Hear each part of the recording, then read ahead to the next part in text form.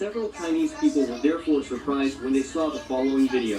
One day, an anonymous person managed to capture a flying dragon on camera. Little is known whether this is real, fake, or something more than a dragon, but some people strongly believe it is indeed the mythical creature. Dragons are part of Chinese culture. They symbolize power, luck, and strength. Unfortunately, I couldn't find any more information about this flying dragon. Do you believe this video could be real or not? Number 9. The following video...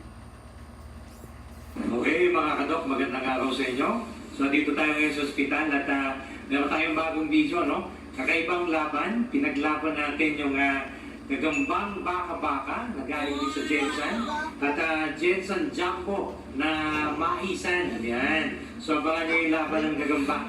Pero bago yung video, mabilisang shoutout muna sa mga supporters natin. Unang-una kay Augusto Sunusencio, yan.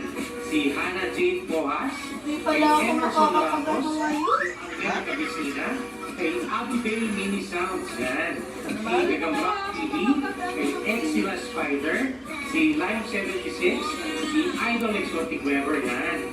Si Gagampet, kay Venus Castro, kay Daryl Calvin Harris, kay Joshua Carvalho Laksikan, si Mark Ines at Ewi Jr., si Rimanuel Marquez, shoutout, kay Sir Castro, kay Abigail Villacampa, si Nardix25 at John Jay's TV, mga Kaboners TV, si Delmar Valentos at kay Doc Marlon Beltran ng Bantige, Lomos, Leyte. So maraming salamat po sa walang sawang suporta nyo sa channel natin. Ito yung laban ng gagamba.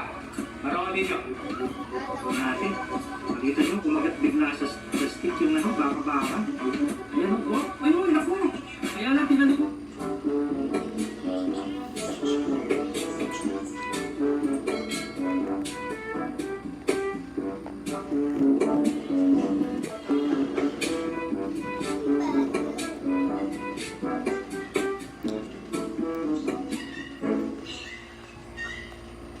Okay mga kadok, magandang araw sa inyo. So dito tayo sa Marikina at may bago tayong paglalabanin. So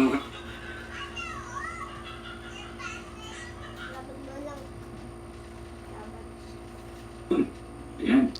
So yan ang ating baka-baka. Abangan nyo, lalabas ko yung kalaban niya. Pause muna natin. Okay mga kadok, so ito naman yung magiging kalaban niya. Ayan no? Jumbo Jensen na medyo maisan. So malaking gagamba din ito mga kadok. Ayan o. Yun. Pero mas malaki pa rin yung baka-baka.